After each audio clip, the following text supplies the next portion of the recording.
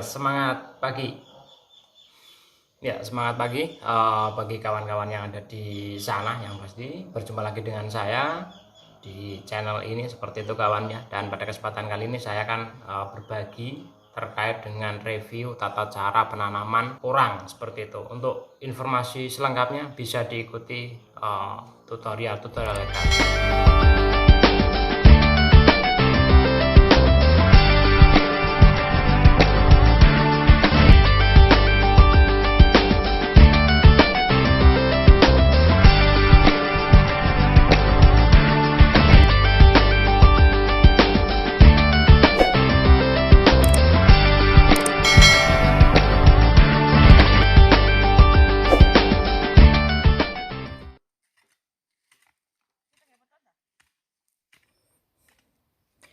Ya, semangat pagi para petani-petani sukses Indonesia yang bergelut di bidang umbi porang. Semangat pagi. Semoga pada kesempatan kali ini Anda yang menyaksikan konten kami atau mungkin yang membagikan konten kami selalu diberkahi oleh Tuhan Yang Maha Kuasa. Amin, amin ya robbal alamin.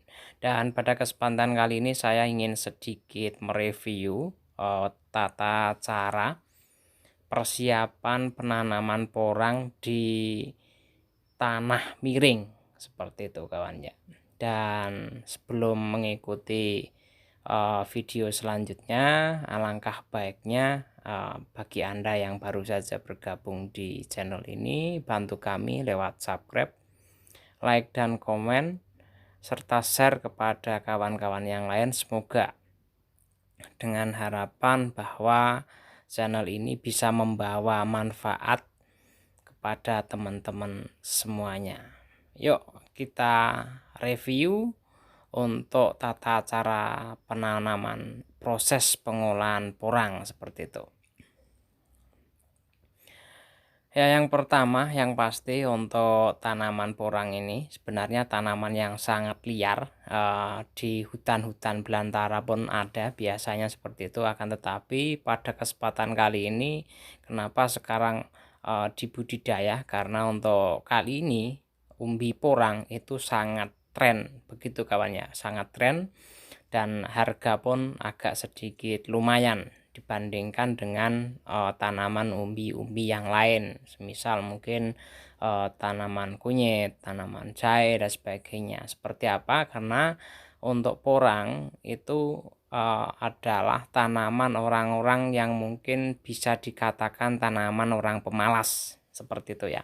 Kenapa disebut tanaman pemalas? Karena setelah tanam satu kali, maka untuk penanaman itu tidak dibutuhkan kembali jika kata itu tidak diambil seperti itu kawannya. Jadi sangat mudah sekali. Jadi semisal kita tanam 10 biji porang semisal, maka secara otomatis dalam satu kali musim itu kita bisa menjual 10 biji dengan mungkin rata-rata 0,7, 0,8 atau mungkin 1 kilo jika kita memulai tanam itu dari kata.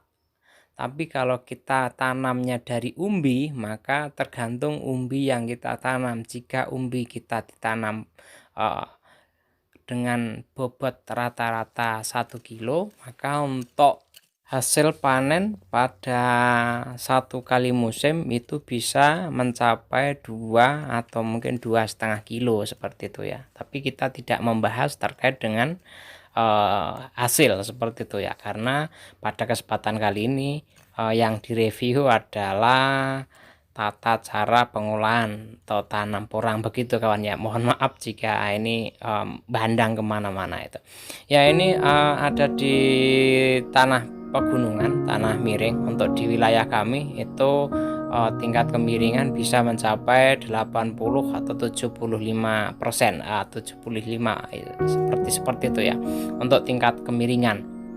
Maka dari itu untuk proses penggarapan tanah-tanah yang seperti ini sebenarnya sangat mudah sekali. Yang pertama adalah kita tebas jika masih posisinya masih posisi hutan, karena di sebelah sana itu masih banyak gulma-gulma liar yang mungkin setinggi manusia, mungkin setinggi sekitar 1,5 sampai 2 meter itu.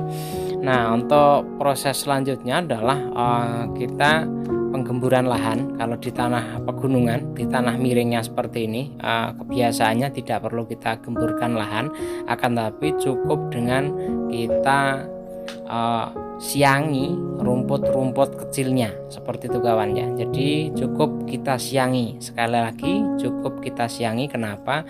Karena rata-rata di tanah miring itu tanahnya adalah tanah gembur. Itu jika di wilayah kami, mungkin di wilayah Anda berbeda. Akan tapi ketika tanahnya sama gembur, maka kita cukup dengan disiangi. Setelah itu nanti untuk proses penanaman tidak perlu kita cangkul terlalu dalam, atau mungkin cukup dengan kita tonjokkan menggunakan kayu yang ujungnya agak diruncingkan seperti itu kawan ya. Jadi kita tonjokkan, setelah itu kita masukkan bibitnya, kataknya yang kita tanam.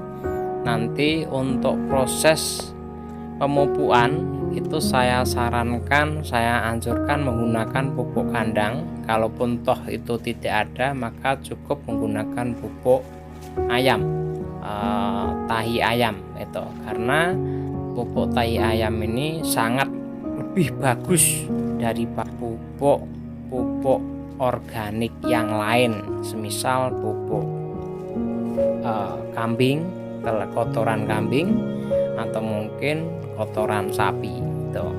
Apalagi saya tidak sangat menyarankan untuk menggunakan pupuk sejenis urea atau mungkin Ponska itu ya. Jadi karena itu hanya bagusnya hanya pada hari ini, tahun ini. Untuk tahun mendatang itu hasilnya kurang bagus untuk jangka panjangnya seperti itu. Nah, ini sudah dibahas di konten-konten yang kreator yang lain terkait dengan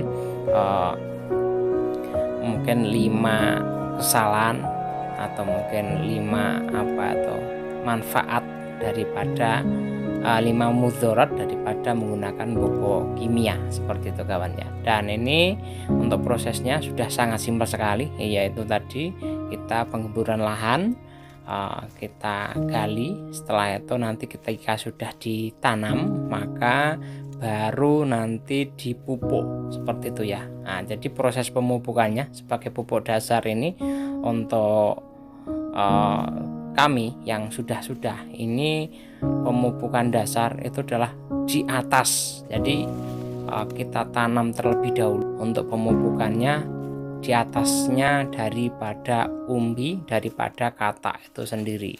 Jadi tidak langsung dipupuk baru ditanam, tetapi baru kita tanam dan yang terakhir kita pupuk. Kenapa?